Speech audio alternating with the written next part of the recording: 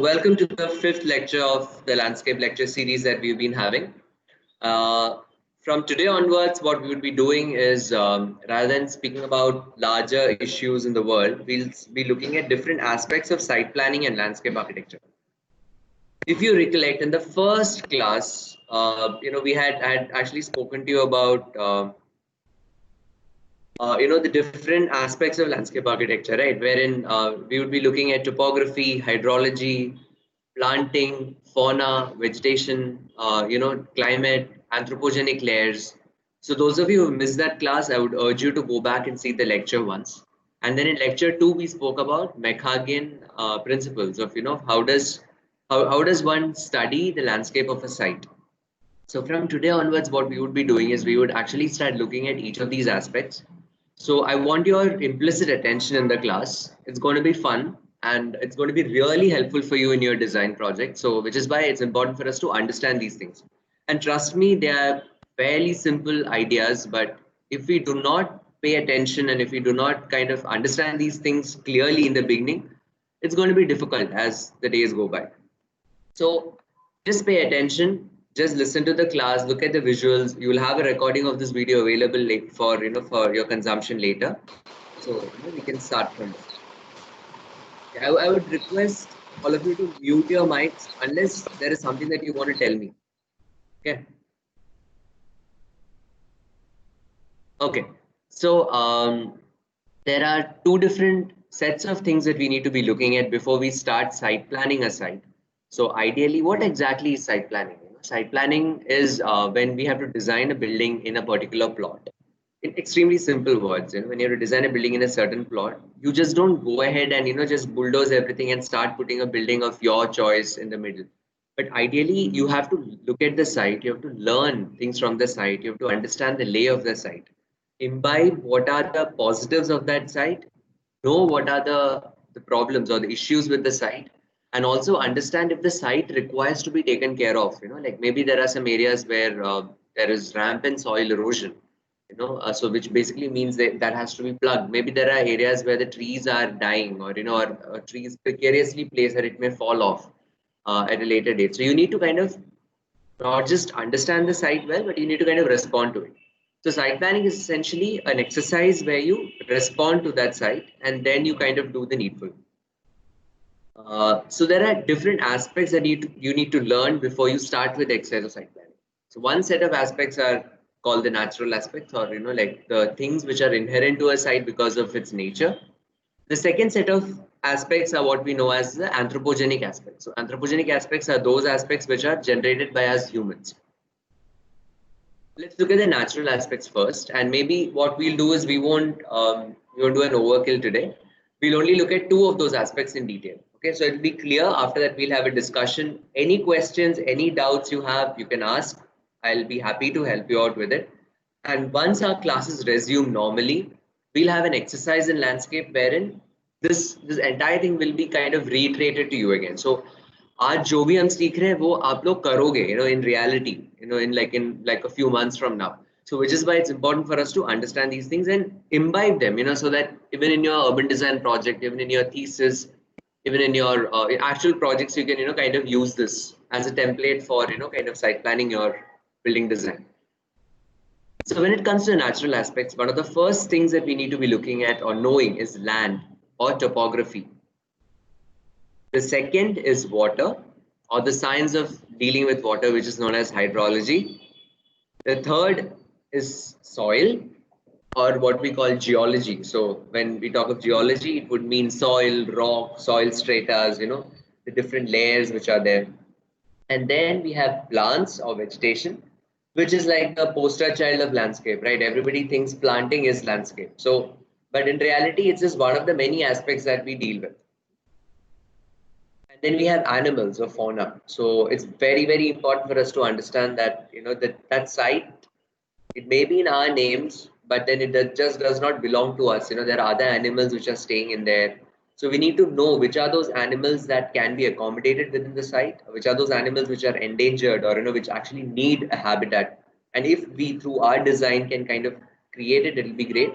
We also need to know which are those animals which can be a future problem for us. So maybe we should just eliminate them, which we call pests, because they are definitely not endangered. They are there are plenty in that particular site. So we need to kind of make those decisions. So for making all those decisions, we need to kind of understand these five aspects. It doesn't end there. There's one more, which is microclimate. So in your EVS classes, you may have been taught about, how do you kind of respond to climate in general, but it's also important to understand microclimate in detail. Why? Because if all buildings were a response to the climate, the larger climate of a city, then they would all have similar responses, right? I mean, because yeah, of course, Mumbai falls in the same longitude and latitude, and it has the same torrential amount of rainfall that falls in all the places. So, which probably would mean Goregaon ke har building would look the same, you know. But that's not the case, right? Buildings need to be different. Buildings have different responses. Even within your building, like if any of you are neighbors, you would know that when it rains, there are certain windows from where the rain would gush in. So your mom would always tell you, "Ki beta, wo band karke rakh." So she would probably call you in the middle of a day and ask you, "To college jaane ke pehle, did you close that window or did you leave the window open?" Because we know that from that particular window, which is south facing, there's a lot of rainfall that kind of comes in.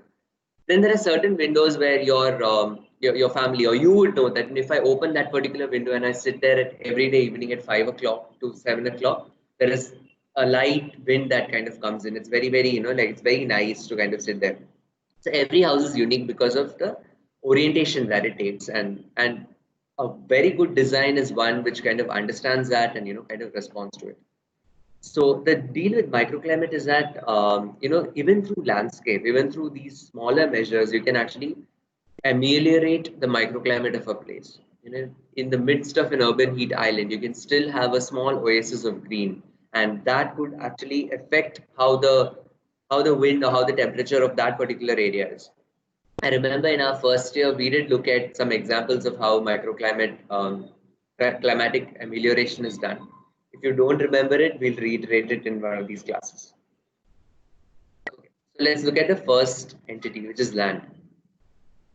So when we talk of land, one of the key things. Now this is like a condensed lecture, so that it's like a short. Like you understand what it is and you get the idea, and then we move on from there. So one of the four key things that we need to know are a basic understanding of contours. We all know what contours are, right? They are imaginary lines that link up all the points of a landscape or a topography, which are at the same height. Okay, so these are imaginary lines. Be very, very clear about it. So you may have seen contour lines, like even on the screen, if you look at it, you'll see contour lines at 10, 20, 30, 40. So right here, the contour interval is 10 meters. What exactly is a contour interval? These are terms that you need to know. If you want to make a note of it, please make a note of it. If you want to kind of make a mental note of it, do that. But try and imbibe these terms, so that you don't get confused at a later date. So the level difference between two adjacent contours, which are considered for a particular project, that level difference is always kept constant, because for lack of for ensuring that there is clarity, that level difference is basically known as the contour interval. Okay, so in this particular case, the drawing on the screen, the contour interval is 10 meters. That is why it's 10, 20, 30, 40, etc., etc. Now, for a usual project that you would do in your life, the contour interval could possibly be 1 meter or 0.5 meters. So you'll have contours at, let's say, 100, 105, 101, 101.5 SR. Now, that does not mean that there are no contours at 99.9 or 101.456. These are imaginary lines. Okay, so at every level, at every point, there could be a contour line which is there. So your understanding has to be extremely clear on those. Okay, these are lines which we are projecting onto the landscape based on the levels which are there existing at site. Once you get that concept clear, half of the trouble is over with contours. Because I find with my experience that students find it very difficult to understand contours or work with contours, because they don't understand contours. So don't be fooled by this, this false idea that contours are static. They're not static. They're human drawn imaginary lines which are there. So contour does not mean a terraced landscape. Okay, the terrace paddy fields that you see, or the way that you would make a model. How do you do a model? You would basically have Ethaflex or or some sheet. You would cut them contour के हिसाब से, and then you would paste them over. So eventually, when you look at a model, it looks like a terraced model, right? So contours are not terraces. Okay, now terraces could be contours, but a contoured site is not a terraced site. If you know what a terrace site means, if anybody doesn't understand, unmute yourself, ask, I can repeat again, because this is very important for you to get this clear. So even though in a model, it may look like they are different terraces, in reality, it's only our limitation of working with material that basically makes all contoured sites look as if they are terrace sites. They are not. So in SketchUp, if you know SketchUp, it's like you'd create all these terraces and then you would run a sandbox tool, to kind of smoothen these things out. Or if it's a physical model, in reality, you would actually make these and then you would probably use plasticine or clay or something, and then you would kind of smoothen the whole thing out. So that is when it becomes a proper contoured site. Okay. Now, if that is clear, then we can move on to the next. So contours are imaginary lines. Remember them. They could be at any level. Okay, at any any height, all those levels. को अगर मैं जोड़ूंगा तो I'll get a contour. But usually for a project, we would use usually it's a norm that for all projects we would use a certain contour interval. The contour interval could be different. It could be 10 meters, 5 meters, 1 meter, 0.5 meter, 0.25 meters. It could even be in feet. In some places they do it. Highly confusing.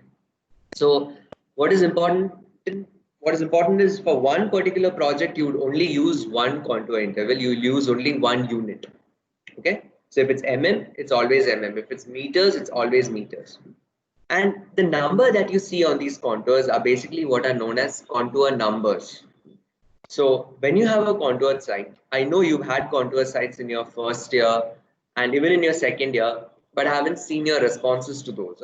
So now that after you do this allied design exercise, if ever you get a contoured site even in your third year or fourth year, you should be well equipped to actually work with them.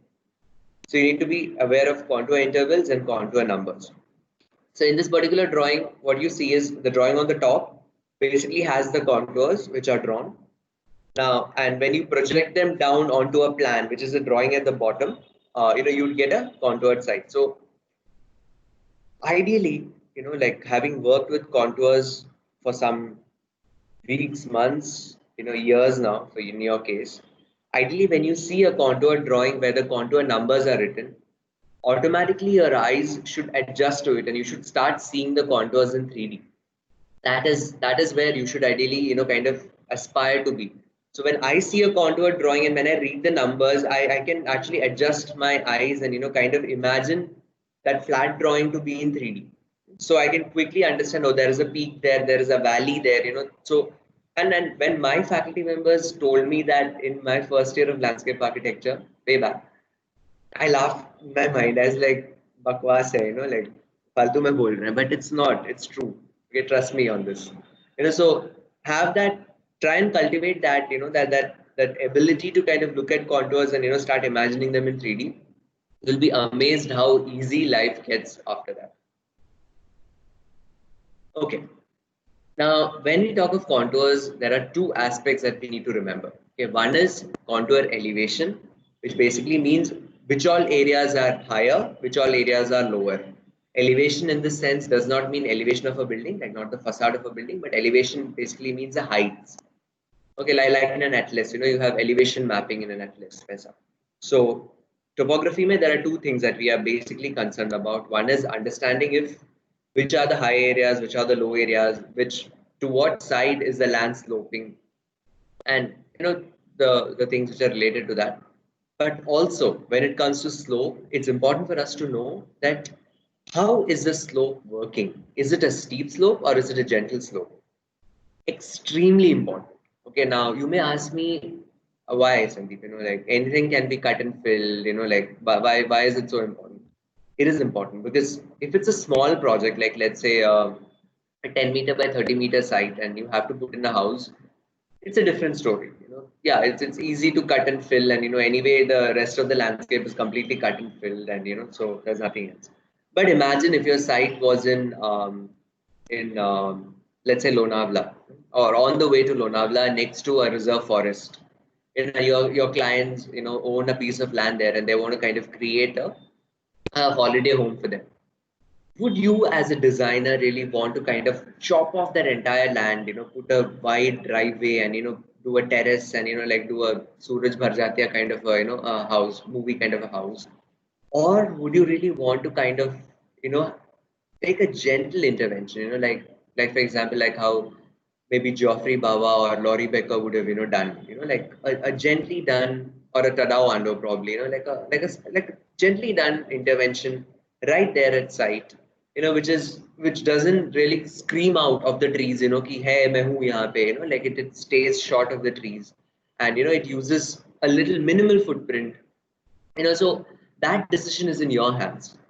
So when you have sites which are steep, and when you want to kind of develop them, like when I say develop, I mean, when you want to kind of overlay the whole layer of architecture on them, what happens is you have to end up cutting a lot of land, filling a lot of land. Now, first of all, it's a lot of money, a lot of expenditure that kind of goes in. Secondly, and probably more important, is that you're kind of shaving the whole land off. Like all the trees are going to die. The animals that are living in are going to get completely displaced. So there are a lot of things that we need to consider. So cut and fill is always a problem. But then unfortunately for us to build in this, for us to kind of practice architecture, we have to end up cutting and filling, and modifying the land. So do it, but then do it as minimal as is possible. Which is why it's important to understand this the slopes. So on your screen towards the left, you have a classic example of a slope that is steep. So when I project that particular landscape onto the plan, which is on the top, you would know that a steep slope, as opposed to a gentler slope, which is towards the right of your screen, you would find that when contours bunch together, जब आजू बाजू के contours बहुत पास पास हो, तो उसका मतलब है कि वो slope बहुत steep है. When the distance between the contour, the horizontal distance between the contours are far away from each other, it generally means that the slope is gentler than the slopes of those areas where the contours are close to each other. Take a moment, look at the screen clearly. Which is the steepest slope that is there? This one is the steepest slope. If you can see my cursor, I hope you can. If this is the steepest slope, can you see the contours here are the closest? This one is also a fairly steep slope. The contours are kind of close enough, but slightly far away from these. Like for example, if I just cut this line, the contour difference between these two are is wider than the contour difference between the distance between these two contours, and rightly so. If you look at the diagram, this is slightly gentler than these two. Now on the other side, if you look at the other end, this is kind of steep, this is extremely gentle. So wherever there is a steep slope, the contours are together. Wherever there is a gentler slope, the contours are far away from each other. Okay, so this is also very important. So when you look at a site, you should be able to say which are the steeper slope areas, which are the gentler slope areas. But just having an understanding of what is steep and what is gentle is not enough, because you need to kind of calculate the slopes. You need to be able to understand which all slopes are there, where all in a drawing, so that you can have an informed decision as to where should you take your driveway, where should you have your pathway, where should you really place your building, so as to minimize the cut and fill on the site.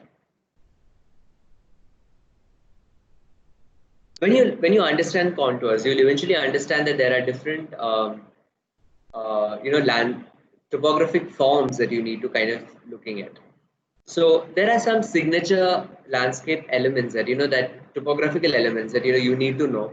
So a few of them are kind of written here. The first kind of element that you need to understand is a ridge.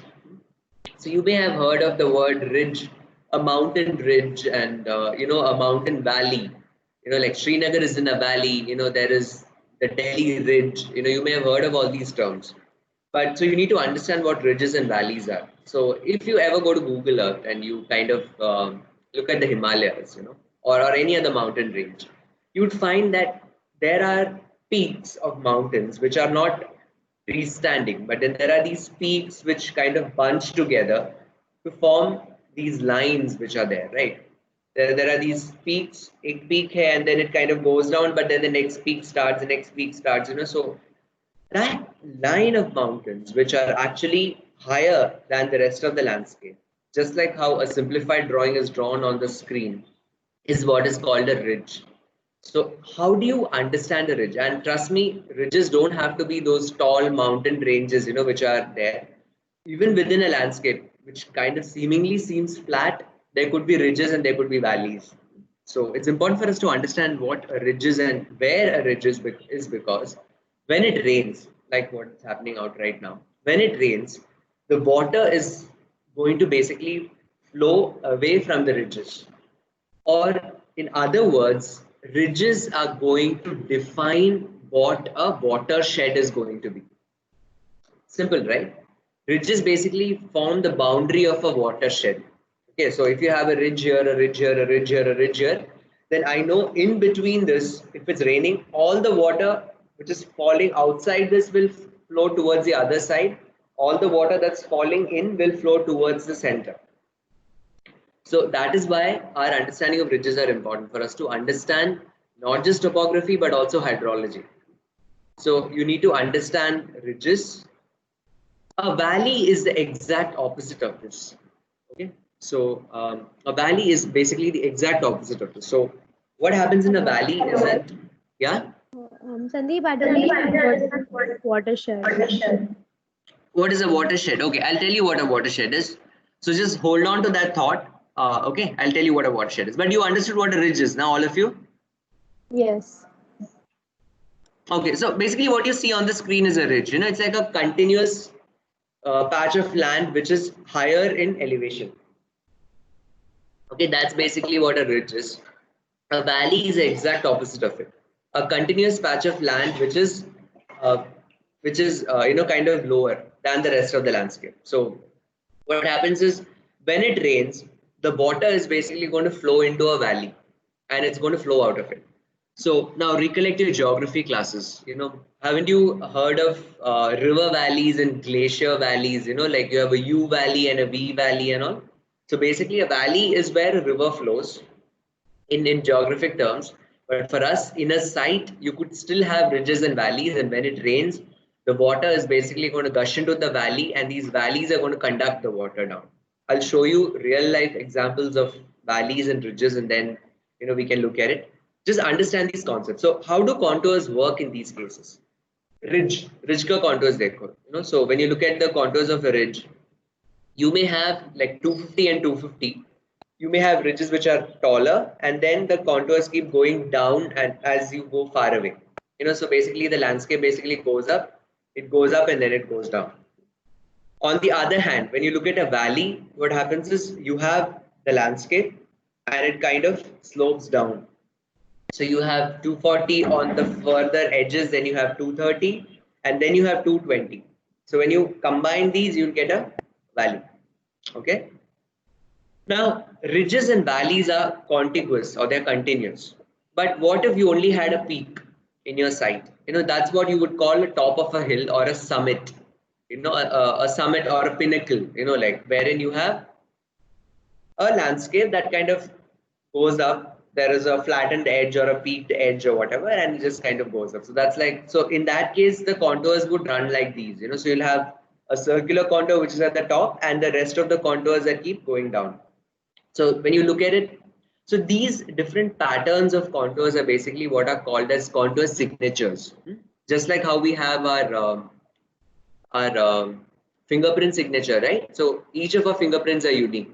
So in the same way, in a landscape, you have all these contour signatures. So when you see a particular way in which the contour works, like there is a circle and there are more concentric circles, you should know, oh, it's either a top of a hill or it's either a depression or a pond there, so then you should read the levels. And then when you read the levels, automatically your 3D vision glasses should come on, and then you should start seeing them either as a peak or as a depression. Okay, so what you see here is Sandeep, basically a peak. Yeah.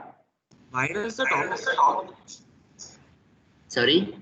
geographically speaking, why does it have a depression? Like, Sorry. You have to. I think I lost you in between. Geographically speaking. why is there a depression at the top of the hill?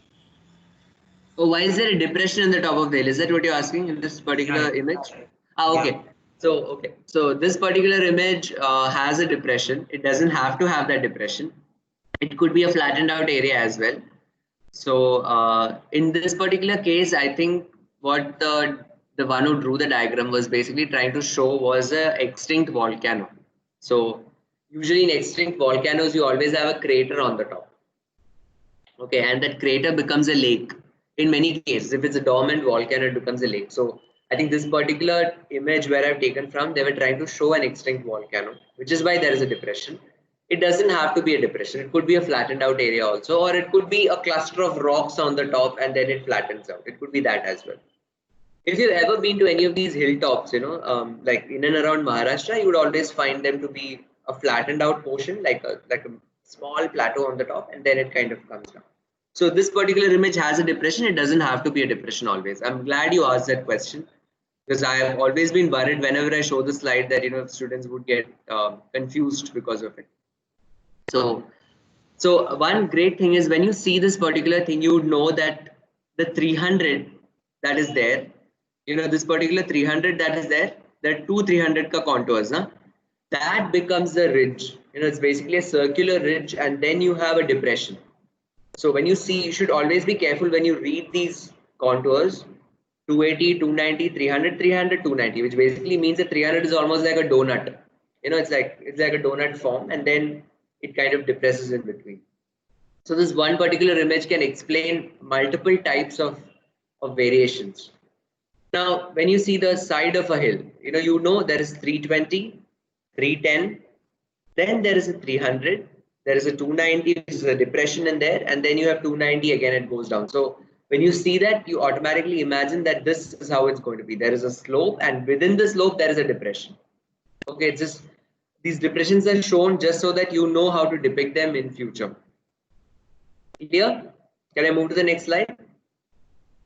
Sandeep, I had a question. Sure. What is that zigzag line on the last photo? What is a zigzag line? Between the 310 and 300. These ones, right? Ignore them.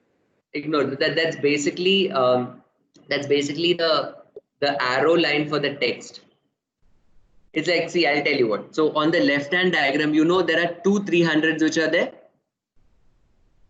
Yeah.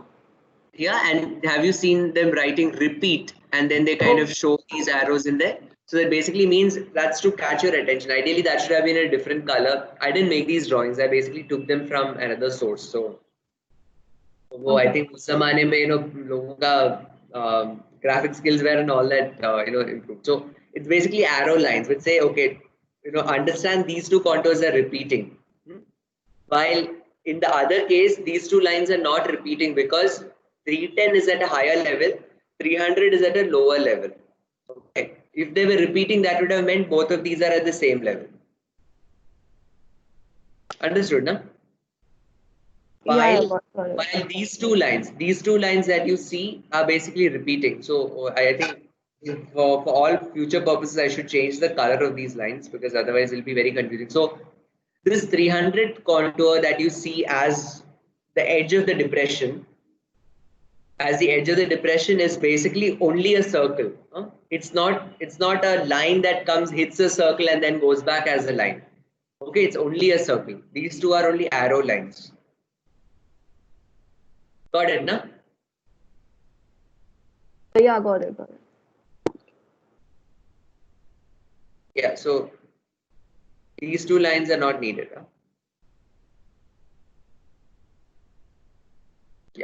If you can see my screen, what I've drawn.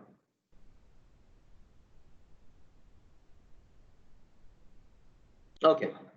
Now comes the first exercise, or the first understanding of how do we as architects deal with contours or understand contours.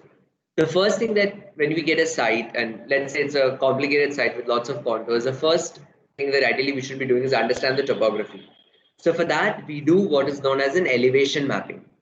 So what you see here is an example of an elevation mapping, wherein the blues that you see there at the top, they are the lowest areas, and then as you kind of come up, we use, it's like the color coding of an atlas, wherein the browner the site, the higher it is, or the taller the structure is, and the more blue the site is, or it basically means you're going into the depths of an ocean. So in a similar way, we basically use different colors to kind of mark the different elevations which are there.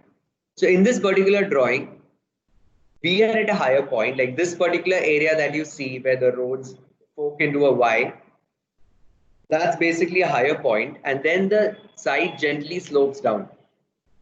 So, which is, and in order to document that, we use different colors to kind of show it. So, why do we do this? Because it's easier for us to then look at a map and then suddenly understand where the high point is and where the low points are. So now if I ask you, can you identify the valley and the ridge in this particular drawing? How many of you can do that? How many ridges are there in this drawing? Or how many valleys are there in this drawing? Anyone?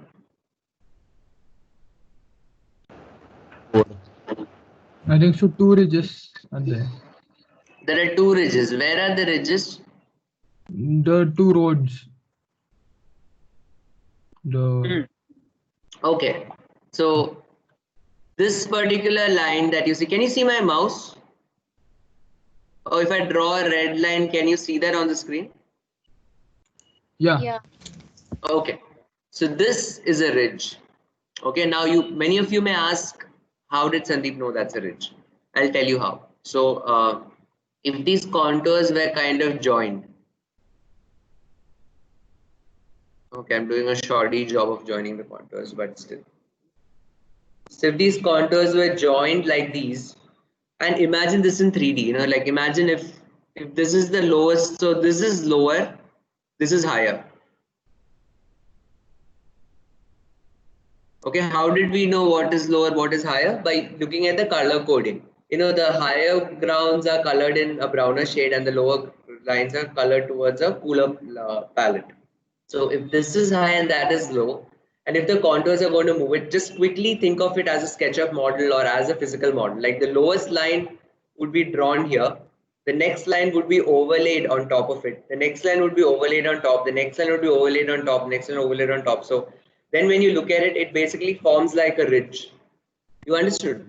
So when it rains, water that flows on this side would all flow down like that. That's how the slopes would work.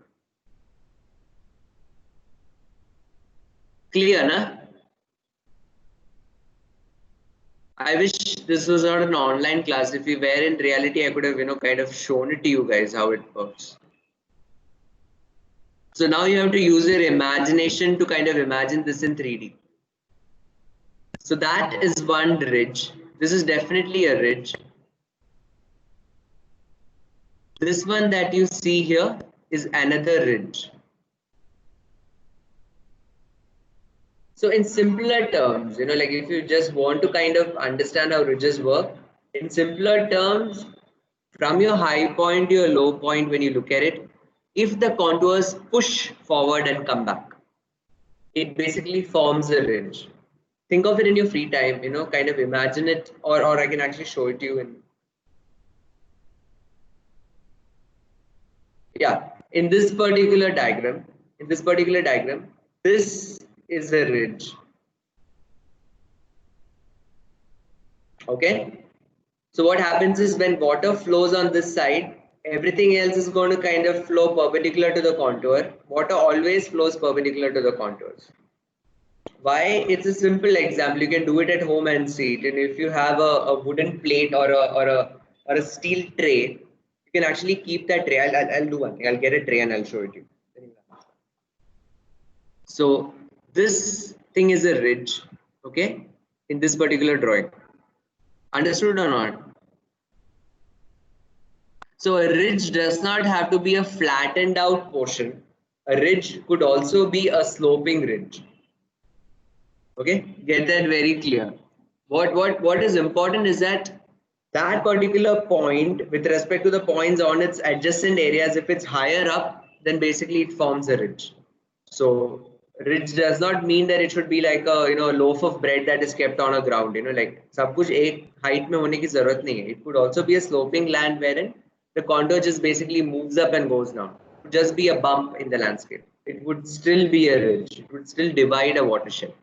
Now, we now understand what ridges are, but now it's time for us to understand what the valleys are. So this is a valley. This blue arrow that I drew, this one is a classic example of a valley. Now, how did I get to know that that's a valley? Look at the contour signature, when you're moving from up to down, the contours are pushing back. When the contours push back, when you imagine this, all these lines in 3D, you will automatically know that, okay, which basically means that the lowest contour pushed back, the next contour also pushed back, the next contour also pushed back. So when I overlay all of these together, I'll automatically get a channel which is there. Understood? So that's how the valley works. So this is one valley. Can you tell me which is the next valley? This one. Sandeep, Yes. without the colors or the numbers, like the map can be easily misread, right? One can also Absolutely. say that. Absolutely, Mohit. Mohit, na? Yeah, yeah. Mohit. Yeah, okay. Absolutely, Mohit. You're absolutely right. Which is what I would have ended the lecture with, which is why you have to be extremely careful when you handle a drawing. I mean, not just with landscape, but with architecture as well. When you're like when you have working drawings this semester, you'll know when your faculty members would grill you, ki level likho. It's absolutely important because if the colors were in there and if the numbers were in there, the contour numbers were in there, the map could be completely misread. So which is why it's important to write the numbers. In this particular case, I've taken the numbers off because I wanted to kind of show you the colors and get you to have that three-dimensional view of looking at a site, but it's definitely necessary. No drawing should ever be sent out without contour levels and without writing the contour numbers. Get that extremely clear. Okay. Yeah. So thanks for pointing that out. Okay, so these are valleys. So valleys are basically areas where the contours push back and the slopes happen. Now, let's do our experiment.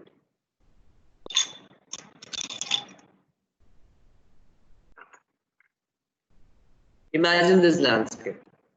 Hmm? Can you all see what I'm holding? I hope you can.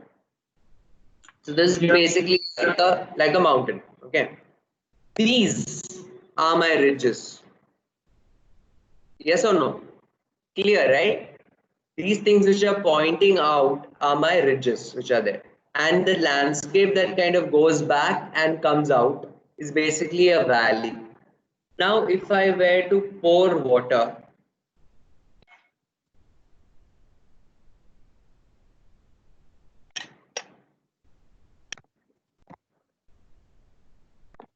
tell me if you can see this clearly. Yes. You guys can see this? What I'm doing, the experiment that I'm doing.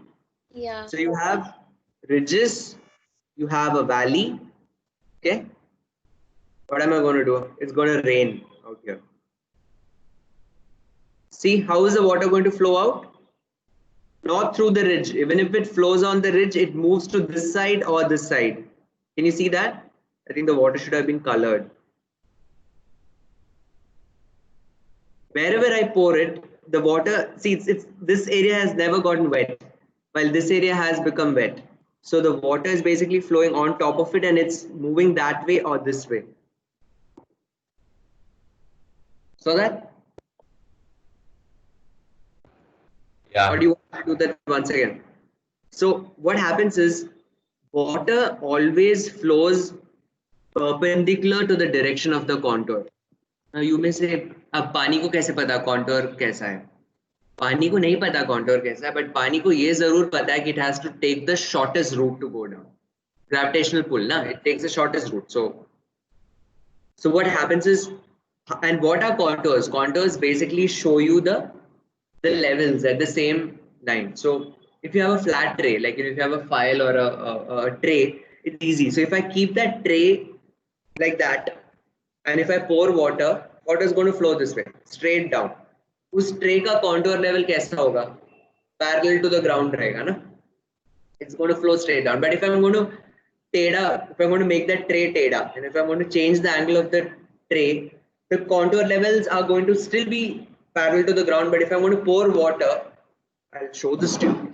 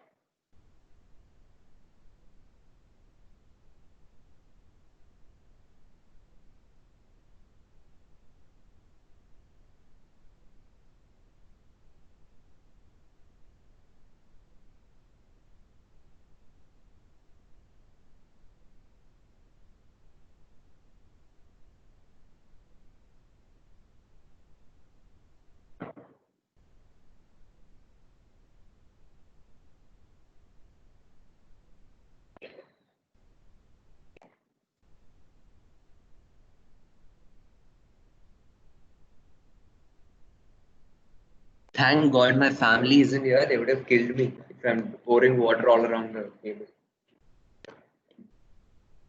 Okay, so you guys can see this.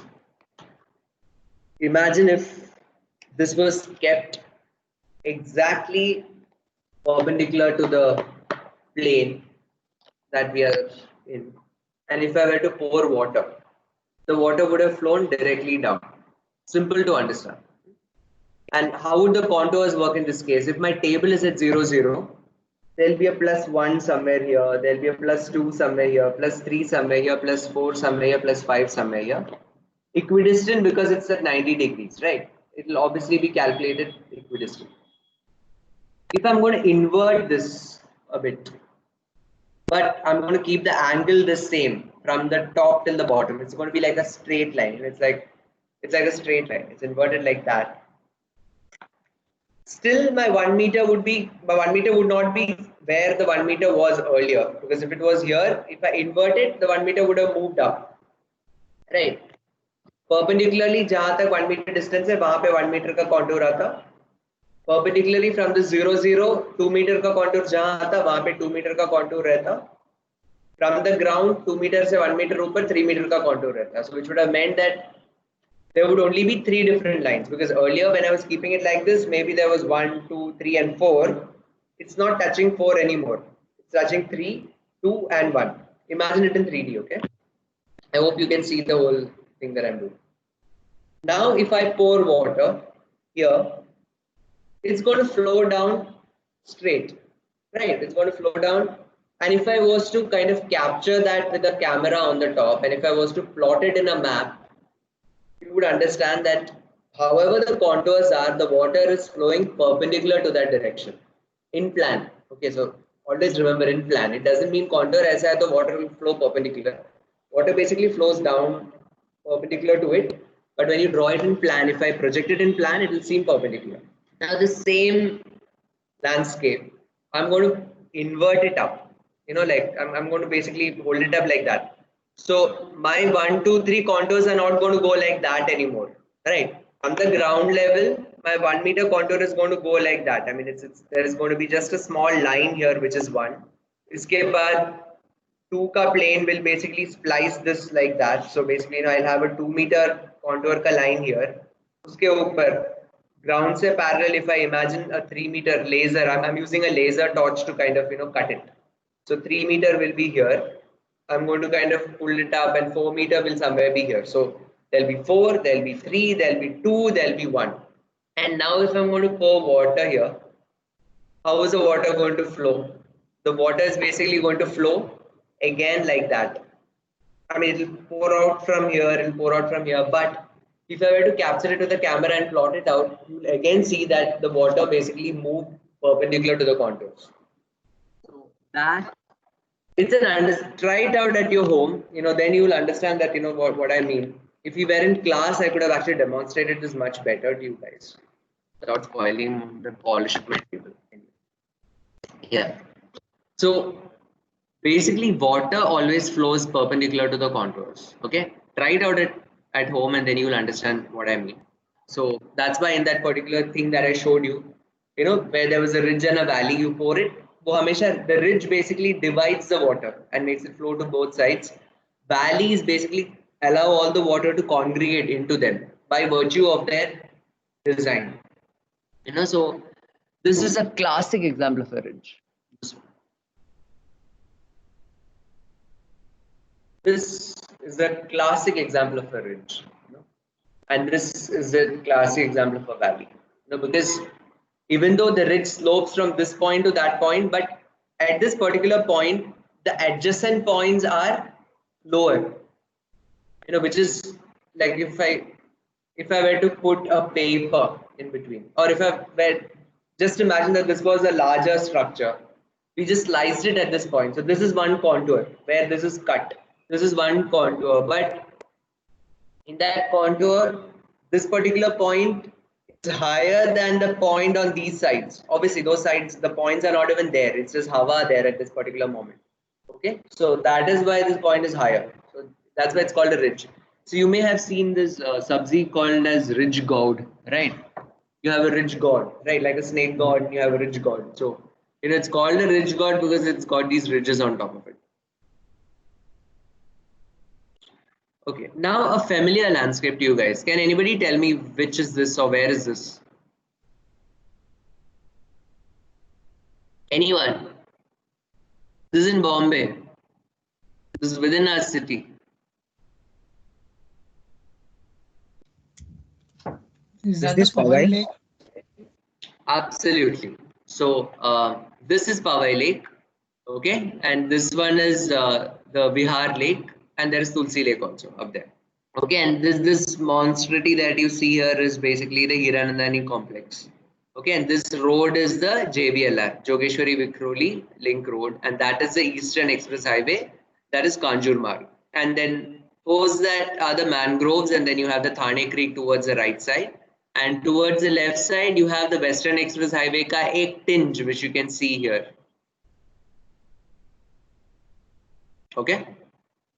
Now, okay. So, can you all see my screen again, or has it? We can see it. Okay. Yeah. So, what you see on the screen right now is essentially an elevation mapping of that same area. Okay, now be with me on this. You may find this kind of slightly kya hai karke, but trust me, it's very very important for you to understand, how to kind of understand contours. I'll go back once again. So you have your Powai Lake here. You have your Bihar Lake up there. So essentially, Bihar Lake is at a higher elevation than the Powai Lake. Okay. So when Bihar Lake gets filled up, there is an outflow of that basically comes in and fills up the Powai Lake. And then there is a Mithi River. So this is the RA colony area, and this is where the Mithi River starts from. So if you carefully look at the map, you can see this beginning of the Mithi River here, where I'm basically drawing this line. Can you see that? There is a line here, which basically is like the beginning of the Mithi River. And what we don't see in the rest of this landscape in RA is that there are smaller tributaries here as well. Huh? We don't see them right now, but when I plot the contours and when I look at it, now can you automatically see which are those areas which are higher up, which are those areas which are lower? Like if you want to kind of practice it, start from this edge, the top edge, you know. So all these areas where the contours are really bunched up together, which basically means the slopes are steeper than the slopes of the other areas where the slopes are gentler. And the darker colors, these are basically the high points. And then these are the ridges. So, you know, like for example, that is a ridge. This is a ridge. And also if I zoom out and if I look at it, like if I link up all these spots, all these points, this also behaves like a ridge. This is a ridge. It breaks here, and then maybe this is also a ridge. So when it breaks here, it basically means that water can basically flow out from here. Water can flow out from here. These are all valleys. This is also a valley. This is definitely a valley. So Powai Lake ka outflow must be going out like this. Should I use a different color pen? This blue on blue may not be visible. So what I'm drawing in blue are the valleys. From Sandeep. Yeah. Is this map in meters or feet? Is this map? This map is in feet, in meters. Sorry, it's in meters. It's and from the MSL, the main sea level. okay, so the heights are above sea level.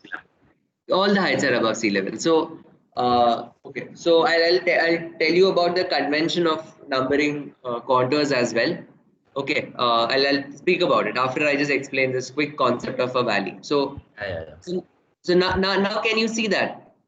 Now do you understand what I mean? You know, so now if you compare how I've drawn the yellow line with the earlier one, you will see that, you know, I didn't just draw these lines out of thin air. It's because I had drawn out this map in the past and I had known that, okay, this is how. So Mithi River doesn't have just one origin, which is why RA is an important landscape to preserve, because it's not just one origin that kind of feeds in, but there are a lot of things that kind of feed in.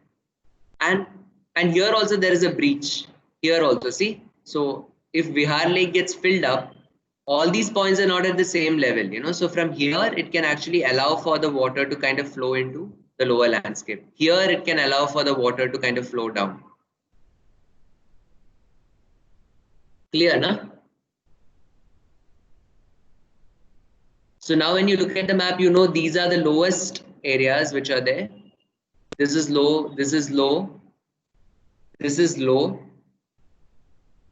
These are high areas. So anyone who lives in and around Ghatkopar or Chandivali would know that these are those mountain ranges which are there on the back of Ghatkopar and Chandivali. You know, so you basically see these are high points. These are definitely high points. So these are like if you step out onto the terrace and look out, these are the high points that you see. So I basically live down south, and if I look to the north, I can actually see these mountain ranges and these ones.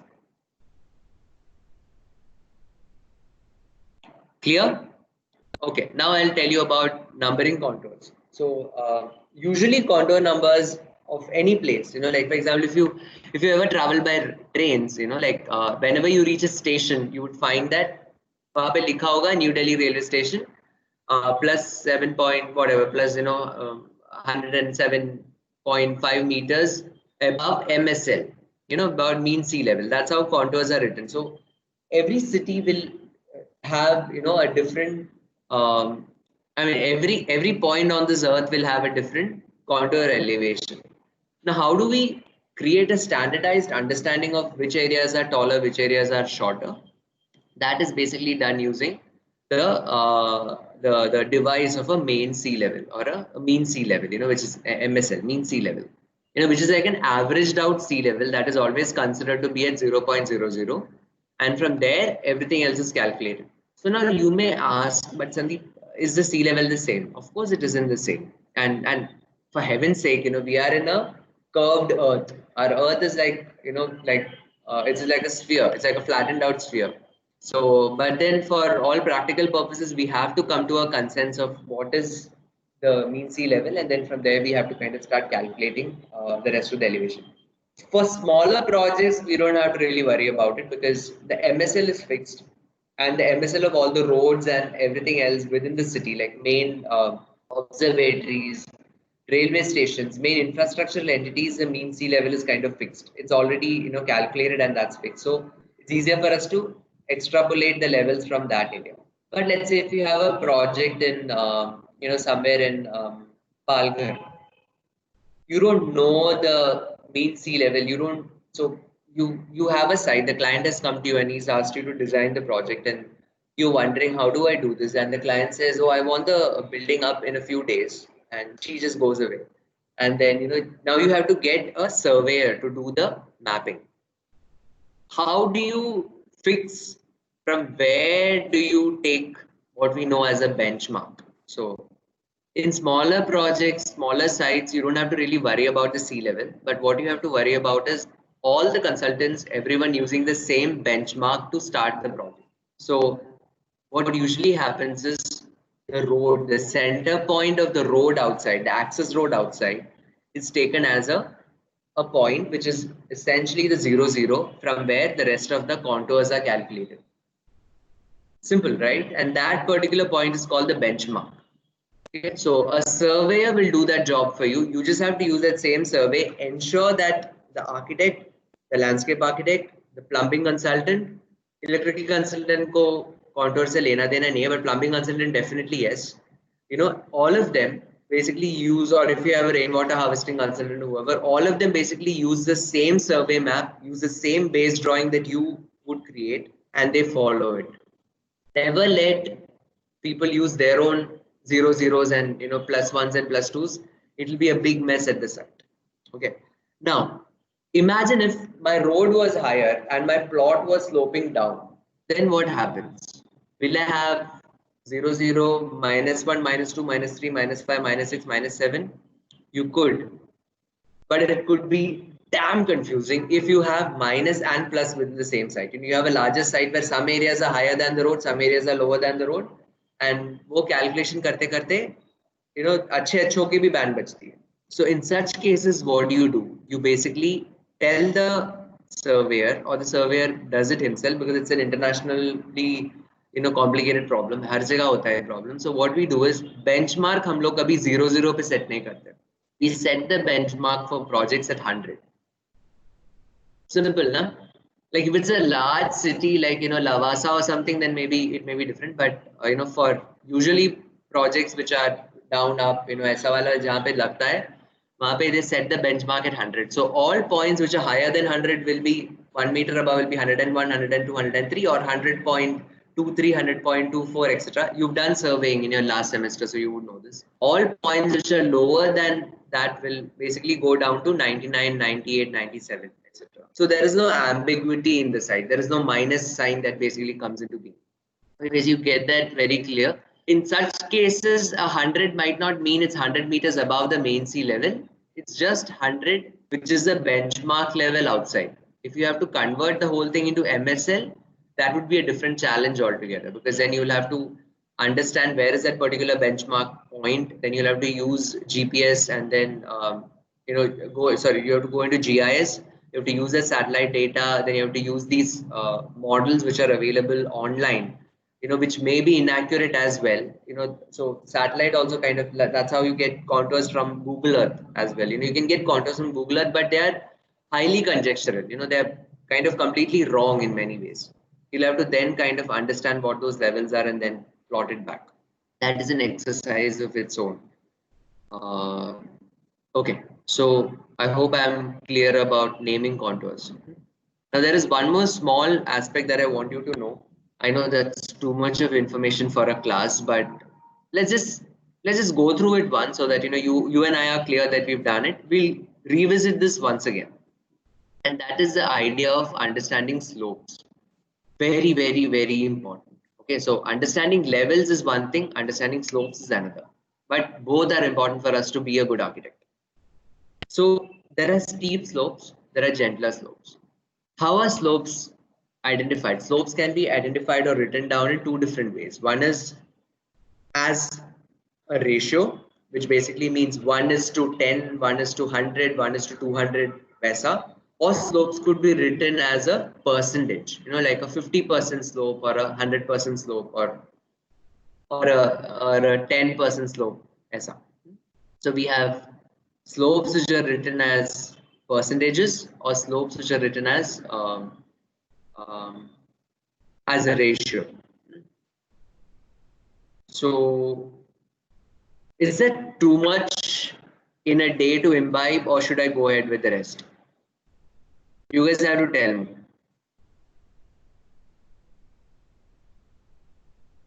Guys, are you there or have you all slept off?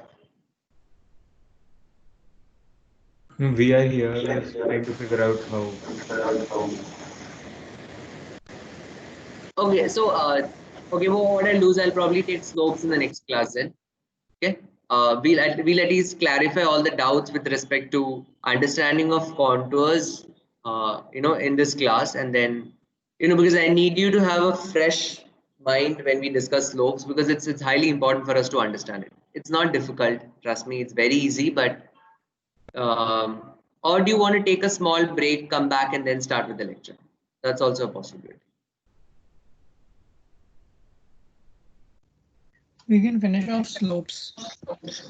We can finish off slopes. Okay, we'll do that bit then. Yeah, because it's nice if we can do it in one go. It's not all that difficult. So slopes are expressed in two ways. One is it's expressed as a ratio or as a percentage. I'm reiterating these things because a lot of people, a lot of students basically come up to me at the end of a semester and say, "मुझे slope ही नहीं समझ में आया Sandeep," and then I ask them, "But then what is a slope?" There, they don't even know that there's a difference between percentage and ratios. Be very clear about it. Okay, so if it's, let's say, a 1 is to 25 slope, like a ratio, what that basically means is that in 25 meters of horizontal distance, I'm going up by 1 meter of vertical distance. Okay. Or in other words, there is a 1 meter vertical difference in this particular slope in 25 meters of horizontal distance. So slopes are always in slope, but we obviously cannot understand them because our methods of drawing, our methods of understanding are limited. So either we cut a section or we draw a plan. A plan is a flattened out piece of drawing. So in order to when construct a section, like remember your first year ARD or your allied design, things for constructing a drawing, you would need to know the horizontal distance and the vertical distance. Only then can you extrapolate. And if you know the horizontal and the verticals of any point, you can then place it in 3D. You can then place it in any drawing. You can make any drawing. Even in reality, even at a site, like when you start doing your training next year, and if you've worked in offices, you would know that for this particular exercise, which is known as setting out a building, or like construction, the the contractor and the masons will always ask you for the levels. They say, sir, आप horizontal distance बता दो, vertical distance बता दो, बाकी हम लोग place कर लेंगे. So this horizontal and verticals are very important for us to understand anything within our Cartesian geometry that we work with. So 1 is to 25 essentially means 1 meter of level drop in 25 meters of horizontal distance. The hypotenuse of this 1 is to 25 is basically the slope. Simple, right? So now how does that work in terms of a percentage? So in terms of a percentage, this is what it is, what you see in the drawing. A 1 is to, I can't see my mouse anywhere. Okay.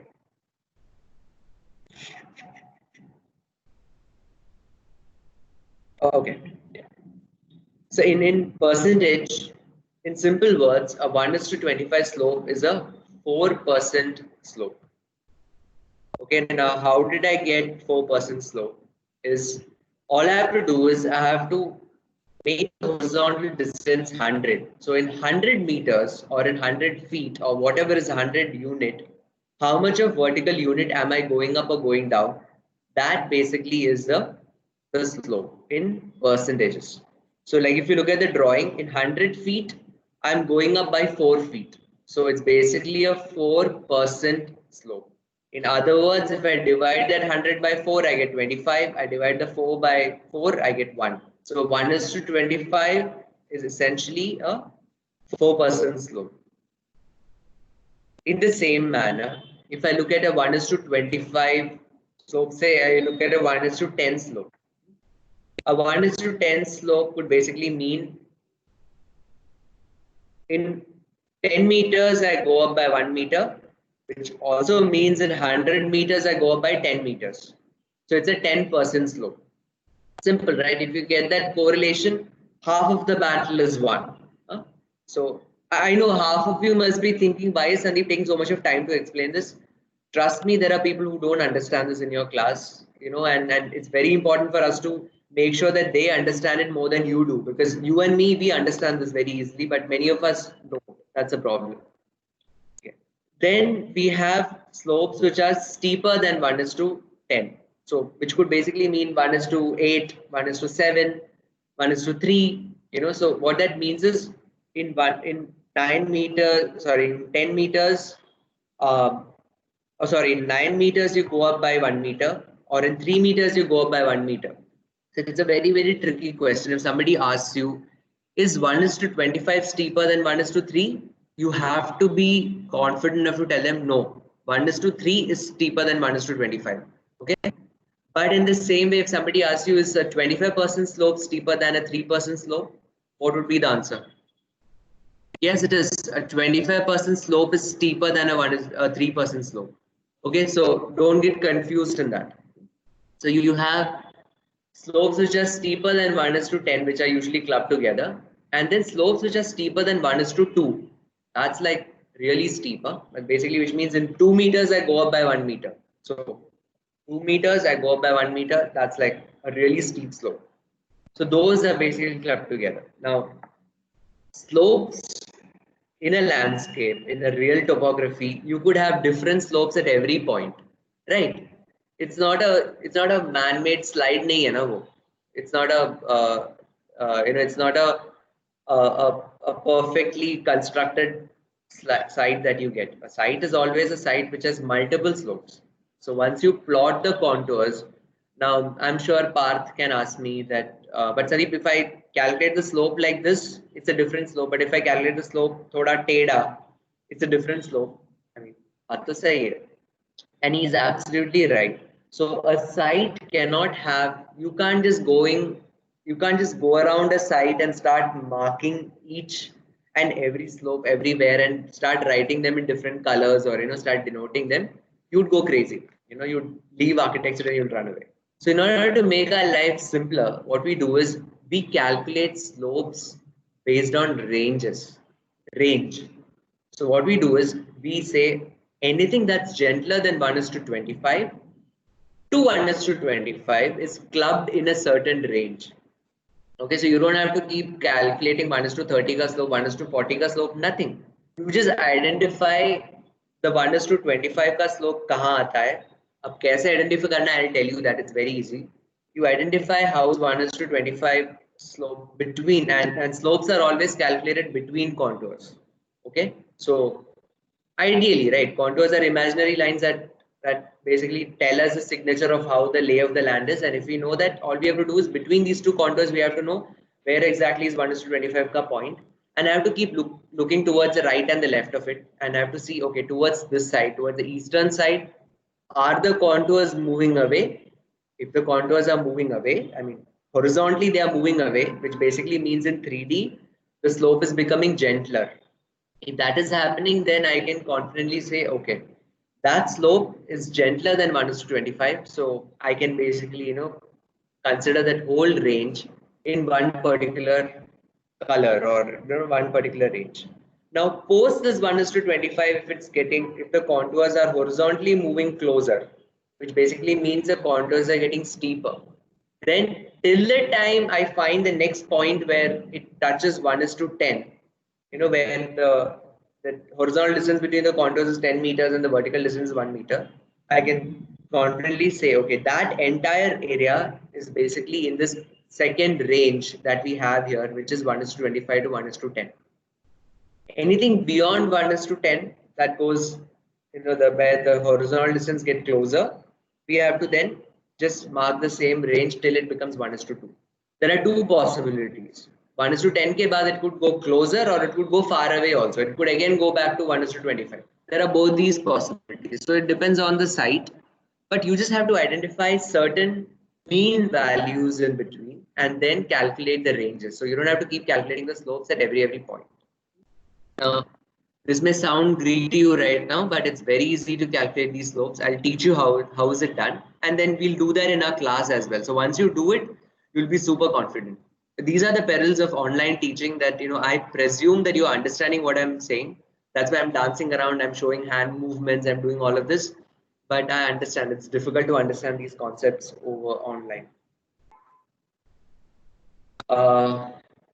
So this is like a typical slope analysis map. Now this map is fairly different from, actually very different from an elevation map that we saw earlier.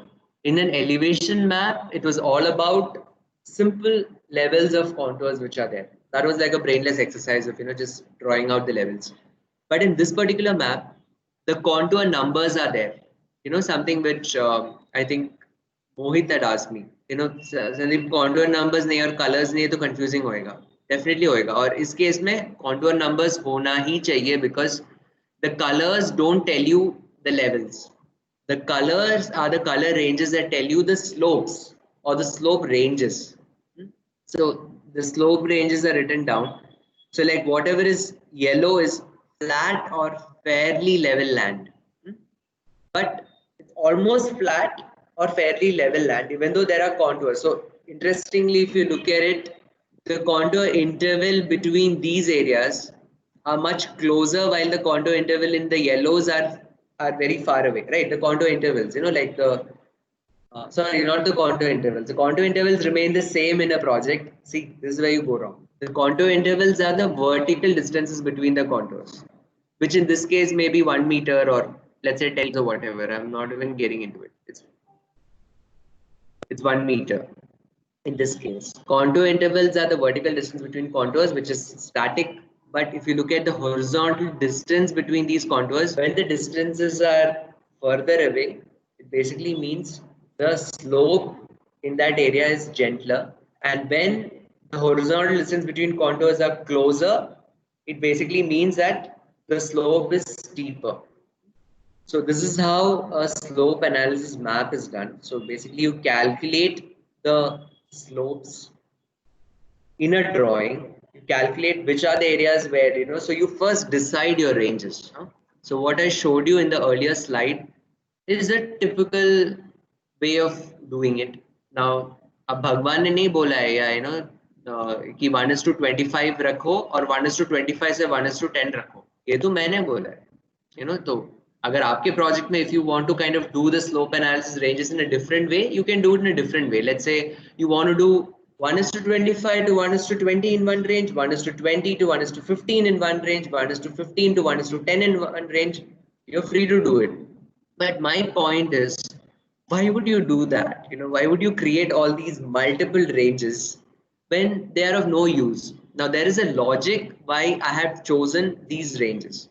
Now, why is that? Because usually for all urban projects, you are understanding the slopes of a site for a certain reason, right? Because you want to intervene in a site and you want to understand if things can be done.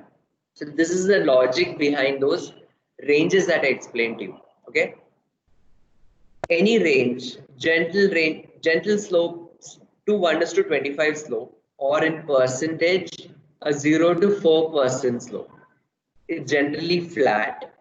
No land in the world is flat. Having said that, every land has a slope. Even a flat land also has a slope. That's the beauty of nature. But we humans may call it flat. So it's generally flat, highly buildable. Now I'm only talking of this with respect to topography. उसमें trees होएगा, उसमें endangered animals होंगे, so maybe it's not buildable, but that's a different story. Right now we only have to understand this. So with respect to topography, that's generally flat. It's highly buildable, and it can be used for all kinds of activities. Like if you want to put a playground, or if you want to kind of lay out a stadium, yeah, topographically that land is okay. Drainage, it's possible that the site would get drained because there is definitely a slope. No land is flat. But you need to then understand the elevation of such a land as well, because if it's a fairly gentle land and if it's a low-lying land, elevation-wise, if it's low-lying, there is a possibility that that land could get inundated with water. Like most of these mud flats that you have, along Vikhroli ke edges and all that, if you look at the contours of those, you would find that the slopes are gentler than 1:25. So if you only have a small plot of, like, client comes to you, she or he doesn't tell you where the site is. They just give you that thing and you have to just design in a silo. You may end up in trouble because after you've done the drawings, you've done the construction, then they'll come back to you and say, waterlogging ho raha hai wahan pe, pani bhar raha hai. And you'll say, but no, but I have given a slope and I thought there was a drain outside and everything was there. That's why you need to look at the larger picture as well, because what you didn't understand at that particular point of time was that the whole city drains out into that area. And so that's like a trough.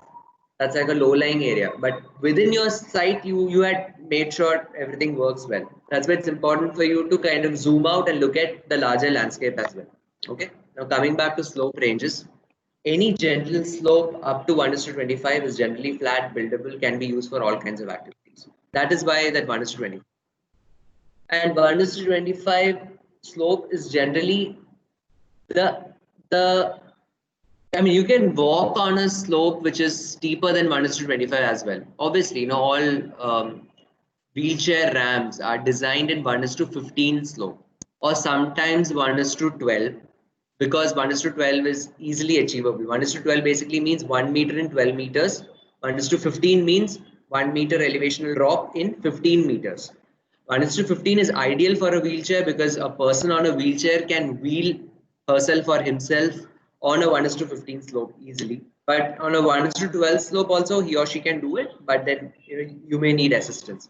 Anything steeper than that is a difficult slope to kind of, a vehicular ramp to a basement or to a parking podium is 1:8. That is the steepest that you should ideally go. 1:10, ideal, but many a times in sites as tight as the ones that we have in Bombay, it's impossible to put a 1:10 slope. So कभी-कभी 1:8 का भी slope follow करते हैं, but उससे ज़्यादा steep कभी मत रखना, because there'll be problems. You understand that the more expensive cars with the longer snout gets hit on the ground where it matches, and there'll be all sorts of problems. Sometimes new drivers are unable to kind of control the car on those slopes.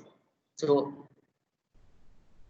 while you talk of pedestrians, like if I'm talking of a landscape pathway, a 1:25 slope is like a much gentler walk for me to walk than a 1:10 slope. So, there are these ranges. So 1:25 to 1:10 is a general range because you can put in a lot of informal activities, but you can't really put in a stadium or a playground out there, but you can have a children's play area. You can kind of create landscape levels, you can create decks, you can create, a garden out there. It's definitely not difficult to build on, and these areas don't usually get eroded as well. So 1:25 to 1:10 is clubbed because of that reason.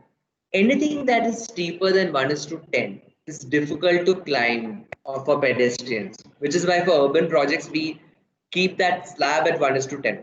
1:25 का logic तुम्हें समझ में आ गया. 1:25 से 1:10 का logic इसलिए है because 1:10 से steeper are difficult to climb.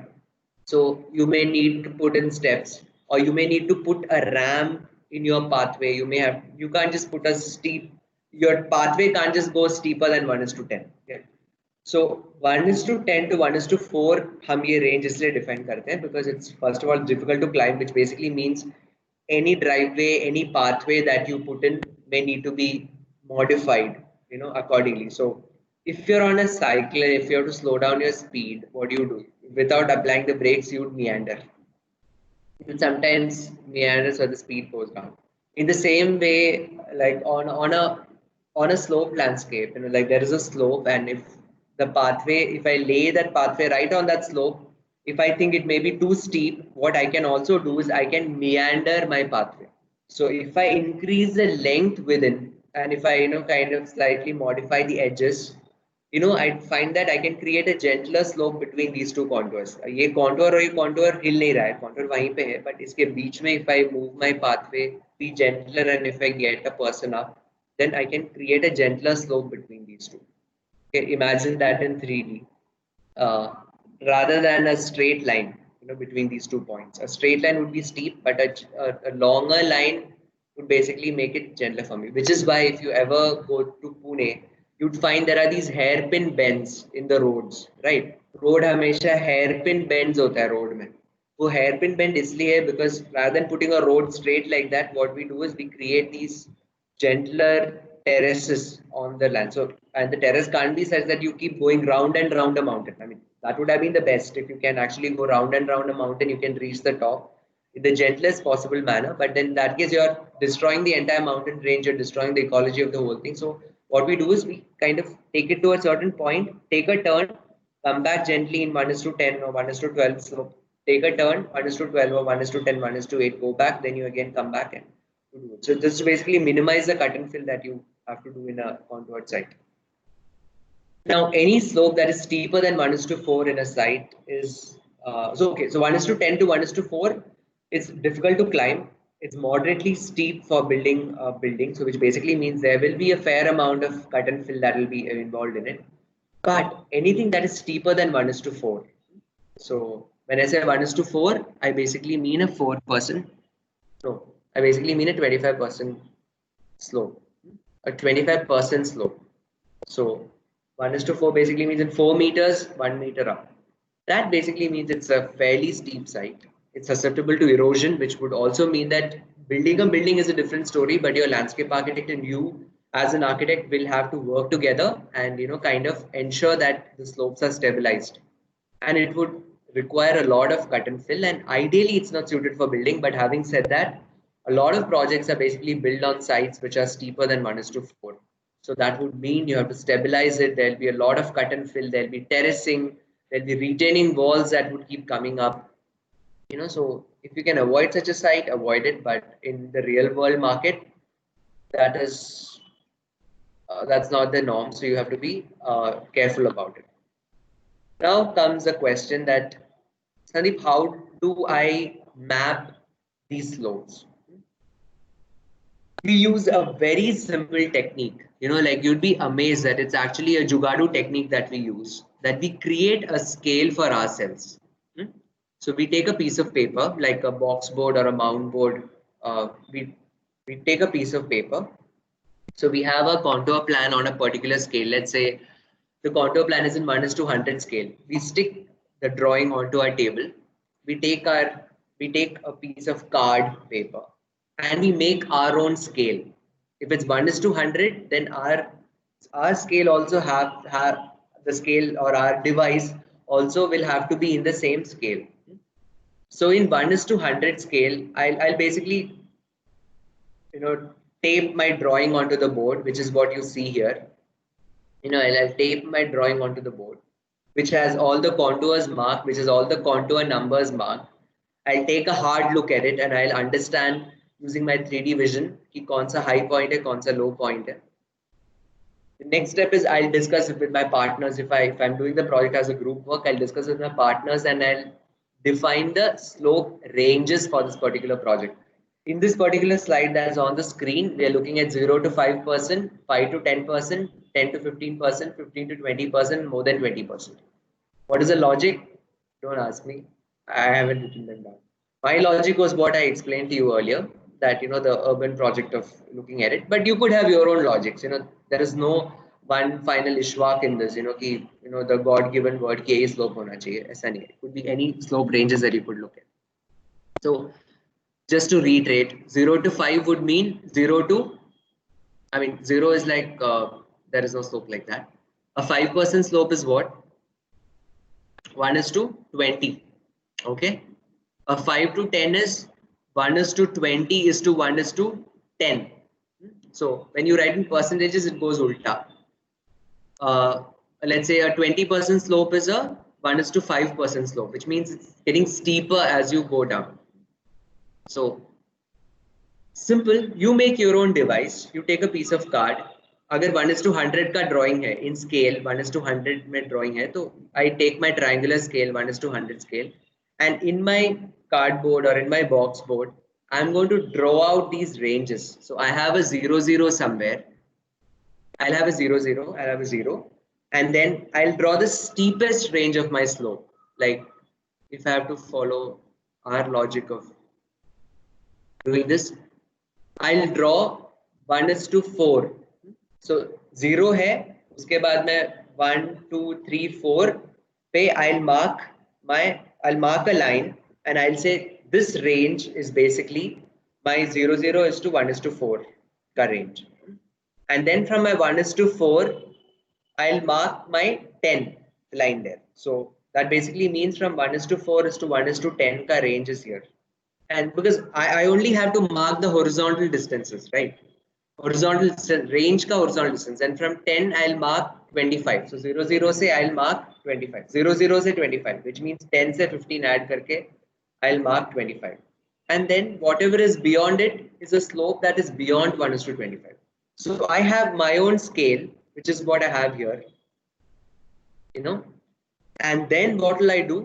I'll place the scale always perpendicular to my contour. So what I'll do is I'll take the highest contour in my site, or I'll take the lowest contour in my site. Usually the highest is the best, because when I pour water, how does the water flow? It flows from the top to the bottom, right? So in landscape, all slope arrows are shown like how water flows. Now this is a constant fight between architects and landscape architects, because in architectural drawings, you always show arrows from lower to upper. But in all landscape drawings, arrows are always shown from higher to lower. So when you are in projects, you have to come to a consensus. So like if it's a site in Lonavala where a lot of slopes, and the landscape architect would say, please, like हम पानी जैसे बहता है उस हिसाब से करते हैं सारे slope, because it'll be easier for the plumbing consultant to work out the drainage. It'll be easier for the sewage consultant to kind of work out his slopes. Everything will be easy. Then the architect kind of says, okay, fine, I'll also mark the levels accordingly. Only within a building will I start using up arrows, so I have a 0 0 benchmark for that and up arrows. But otherwise, all levels are the same levels as the main sea level contours or the benchmark level contours. So yeah, so basically usually you have to take the highest contour and then look at the contour that's just lower to it. I place my scale in there. And what I'll do is, right now the scale is placed in a very way in the drawing. So because I think this particular person suddenly found out that 1:20% slope usko mil gaya. So what I have to do is I have my contours. I'll place my scale perpendicular to the two contours. So higher के थोड़ा नीचे वाला contour, उसके बीच में I place a scale and I'll keep checking.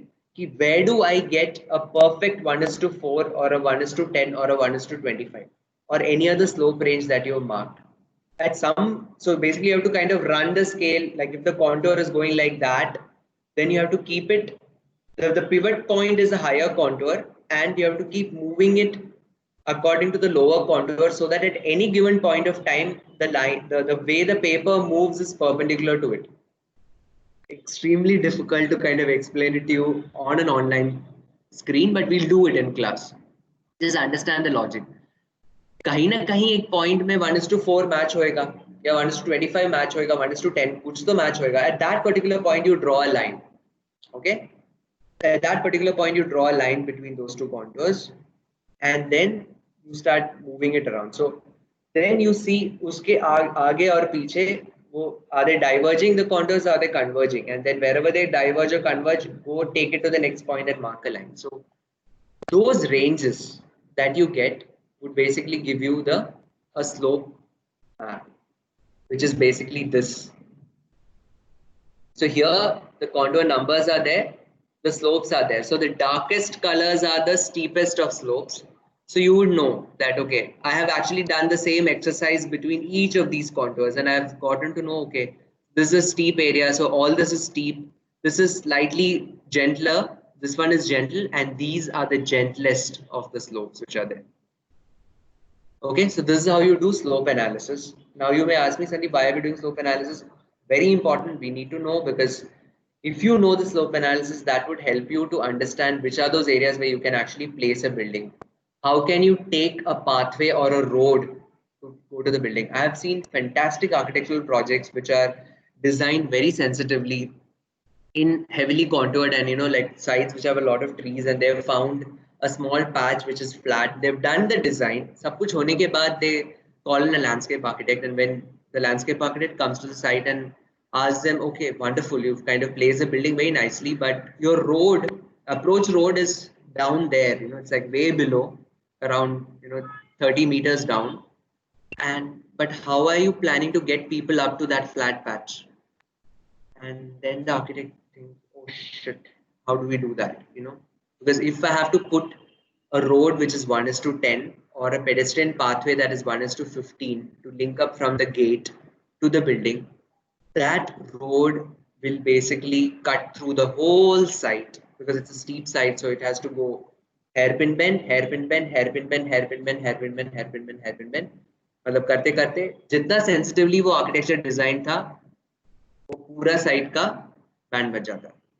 So which is why it's important for architects to know slope analysis. It's important for us to understand the whole site, not just look within your building and within that smaller plot that you've carved out of a larger plot.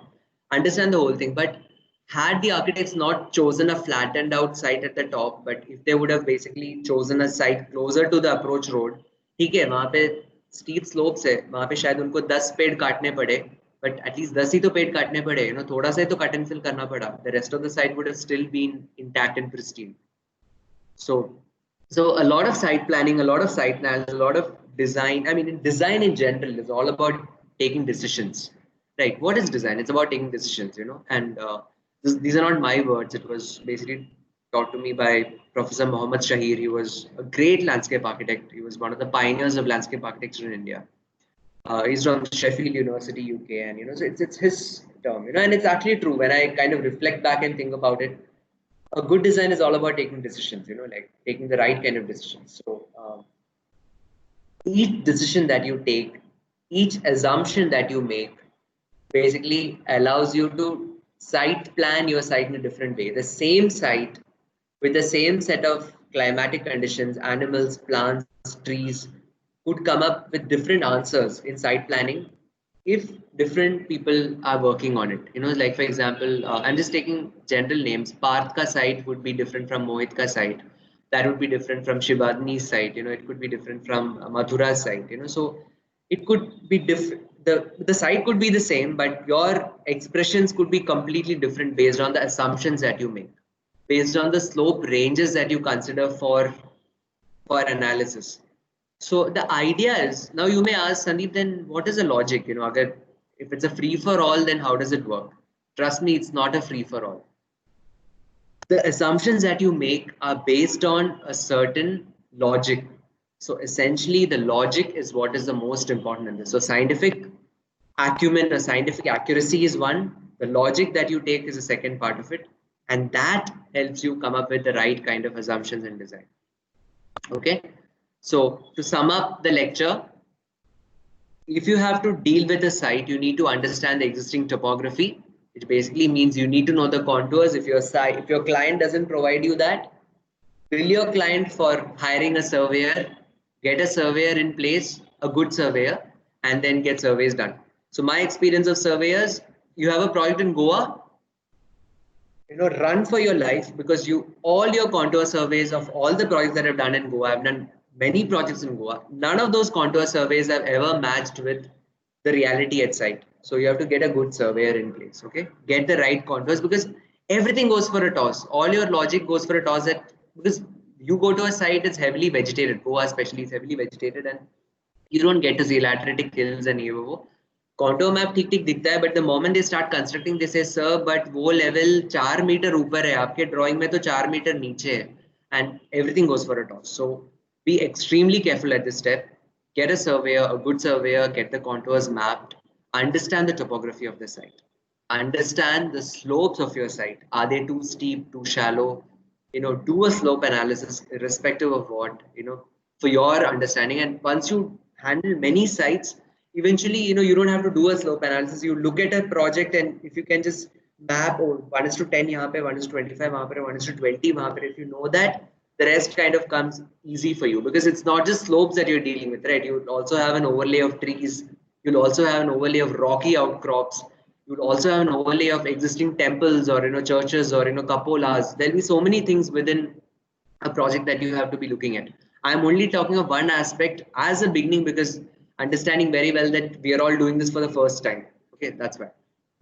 Are there unique topographic features, like I told you? Are there some rocky outcrops which are there which you want to kind of preserve in your drawing, or is there a tree along with, or is there an anthill which is there, or are there any such things that you want to kind of preserve? Or is there a valley? Are there any drainage channels which are there? When it rains, water is going to go into those drainage channels. So imagine if you go and place a building like Falling Waters right there in the middle of it. Of course, Falling Waters was done. Now, this is something that that I have been often questioned. That Sandeep, if your logic is right, then Falling Waters can never be built. It's true. Falling Waters was built at a time when our understanding of ecological processes were very naive. And Falling Waters was built on a stream in a part of the geography in the world where monsoons don't happen. You don't have torrential floods, and you don't have these trickling of water that happens. It's just rivulet that basically where it rains kind of consistently throughout the year. The swelling of the river, the driest portion of the river, everything is there. But falling waters is there. That doesn't mean we can create a falling waters in Godavari or in the middle of Yamuna. That'll be the biggest mistake that we are doing. But many professionals don't understand this. Many academicians don't understand this. So yeah, so be it. But at least you have to be sensitive enough to understand this. So unique topographical features, if they are there, then you need to know the depth to the bedrock. Now, this is not landscape. This is purely structural. Because if you have to design a building, you need to know the soil bearing capacity. You need to know where is the bedrock. So for that, you need to do those analysis which are there. And are there any special geological issues? Now, this is something I'll talk to you when we talk about soils in the next class or the class next to it. Like for example, if it's black cotton soil. So many of you are from Maharashtra, right? I mean, almost all of you are from Maharashtra, almost. So projects in Maharashtra, like when I was working in Delhi, we would be kind of highly worried, because the first thing we would ask is it on black cotton soil or not? Why? Because black cotton soil is unique. Like a lot of places in Maharashtra has black cotton soil. Rich. I mean, it should be a landscape architect's delight if it was only a landscape project. If it was a park project, wow.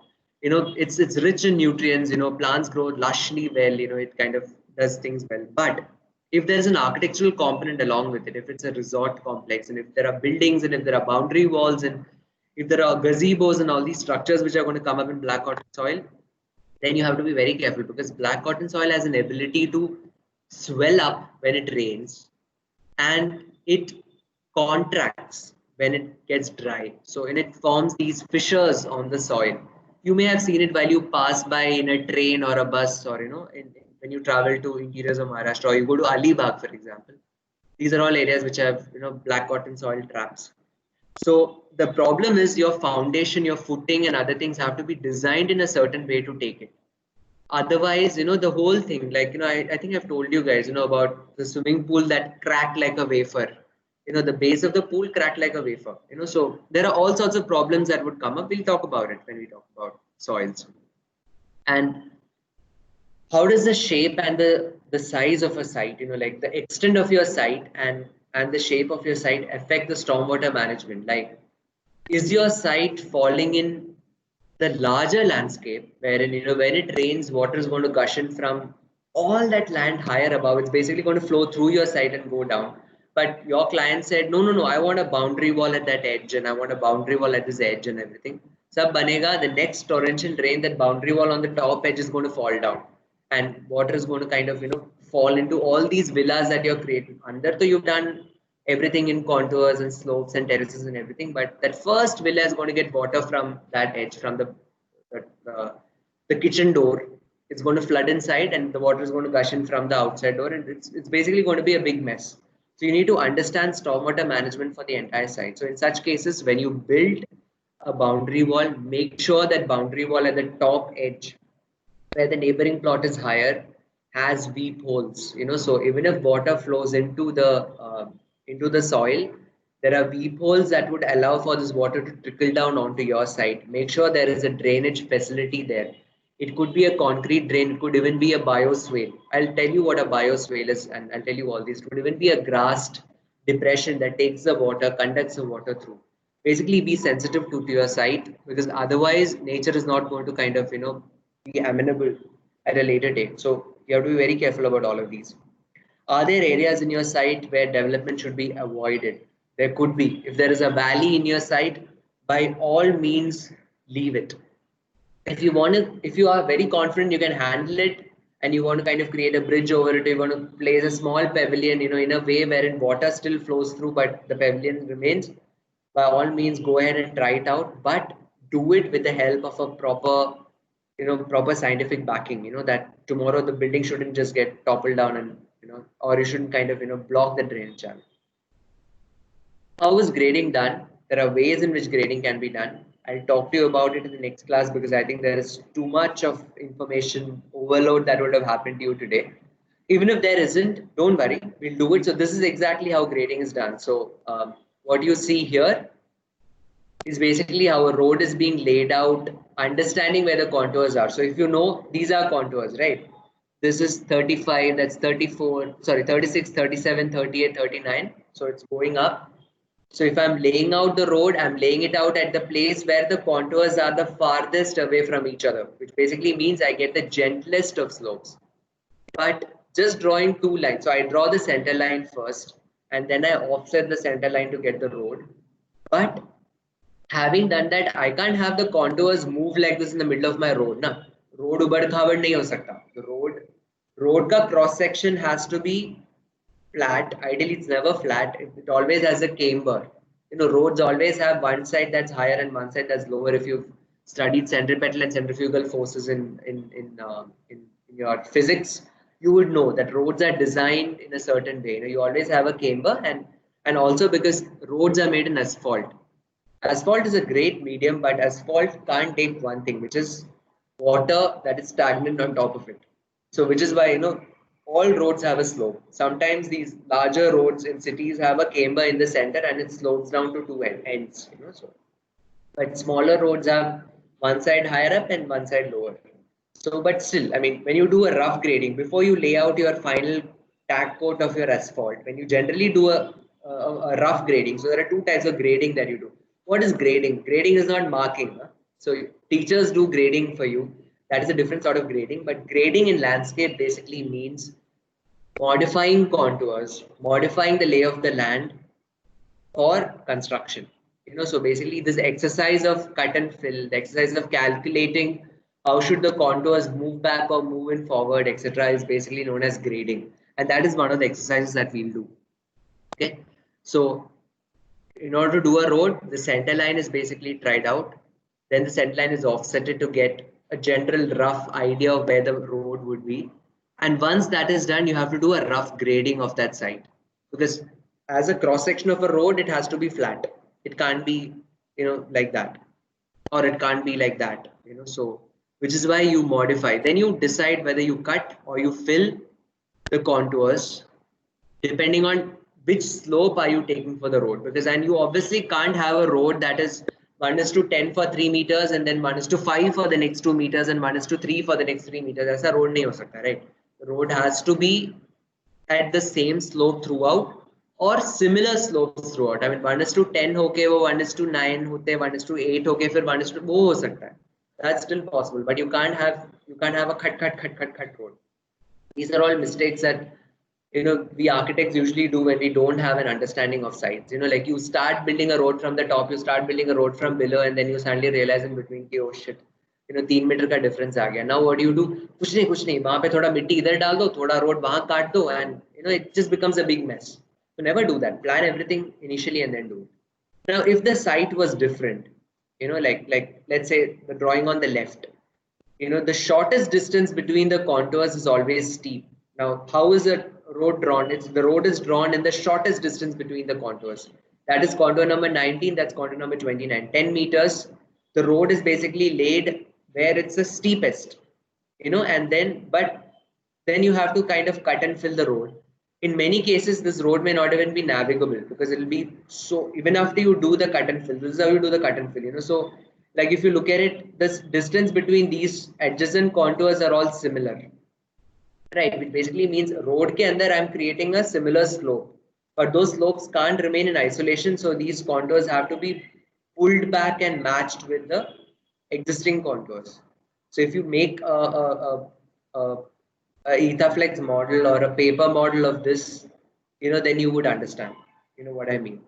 But this is a far more better way of doing that site. So if in a site, the ideal way is to allow the center line of the road to be as parallel to the contours as possible. So between, let's say 9 and 10, this is steep, but if I pick a point of 10 here, if I pick a point of 9 here, and if I draw a line like that, you know, it could be a much gentler line.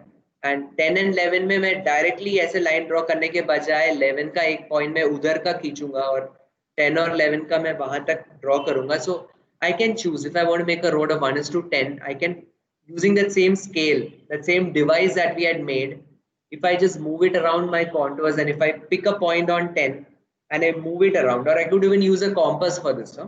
I could use a proper compass and I could take a distance of 10 meters. I pivot a point of 10 and I draw a curve, an arc, and wherever it intersects 9, I get a 1:10 slope there.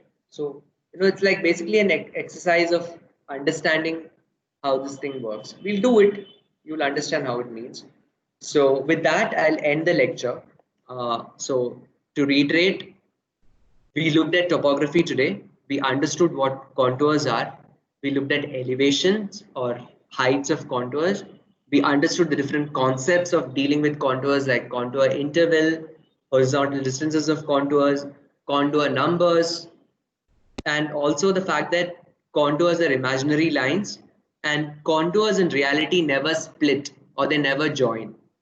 Okay, so you'll never have a Y-shaped contour ever in nature, you know. So it would always be at one end, the other one would basically always go around, and contours would never overlap also. Like you would never have a 8 meter ka contour ke upar se you'll never have a 9 meter contour running, unless that can happen. That would only happen if,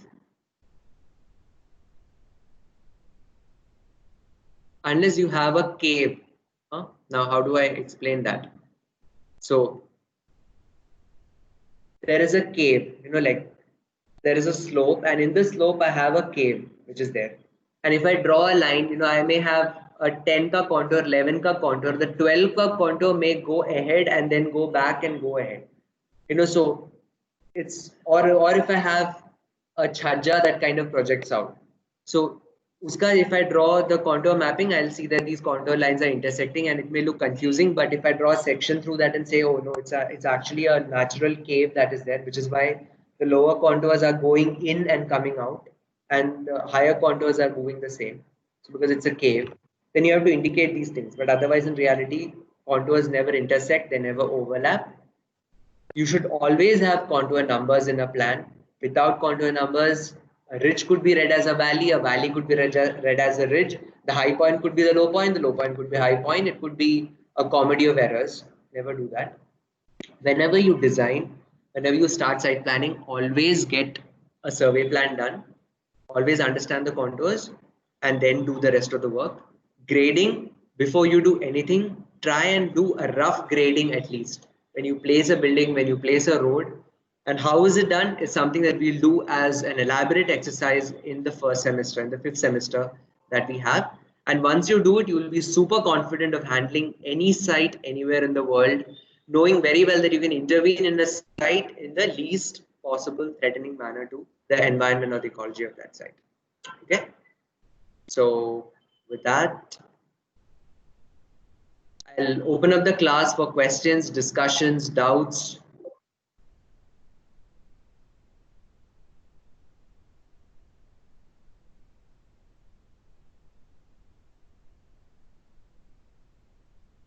Any questions?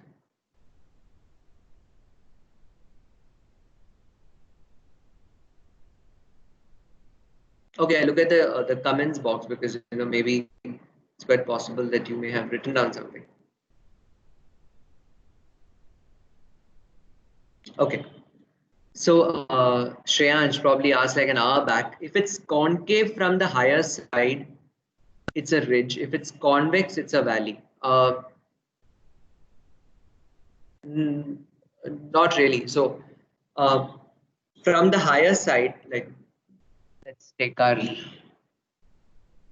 if you're looking at it in plan, okay?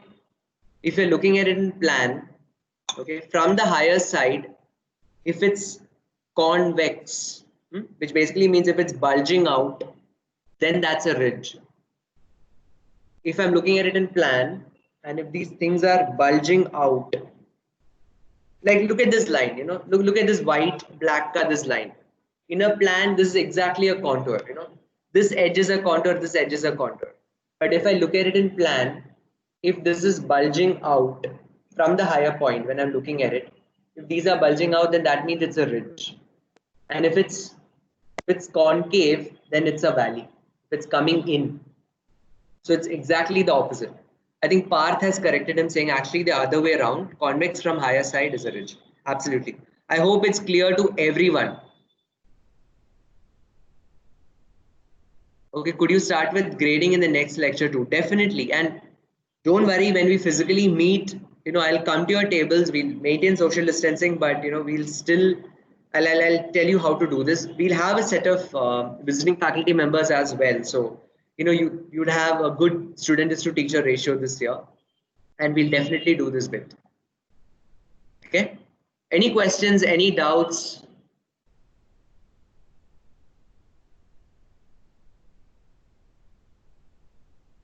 Or was that too much for you to take? I hope you understood the lecture. I hope you understood the logic behind the lecture. Yeah. Okay. Thanks. Parth came. Hello, Sandeep. Yes. Yeah, so if by chance there is like a 90 degrees steep slope, then the And contours will overlap, right? yes, yes. If there is a 90 degrees, like let's say it's a crag, it's like a edge of a cliff. Yeah, then the contours may seem to overlap, but the truth is, Anushri, that in reality you'll rarely find a slope Yeah, that's 90. that's it. Yeah. You rarely find a slope that's 90 degrees or a side that is, like I told you, right? A cave could be highly deceptive. A cave or, like a slope that kind like वो Lion King वाला slope, the slope that kind of goes up and then does that. उसका अगर contour plan बनाने की कोशिश करोगे तो the lower contours may seem to be, like hiding behind the higher contour. वो confusing हो सकता है. But ऐसे sites बहुत rare है. So अगर ऐसे sites है भी तो you have to immediately put a cut section along with it, or you have to kind of indicate it and say, this is like a crag that kind of comes out, or it's a 90 degree. So yeah, absolutely right. If it's a 90 degree, then they'll all overlap. Any other questions? Any other doubts? Thank you. That's it.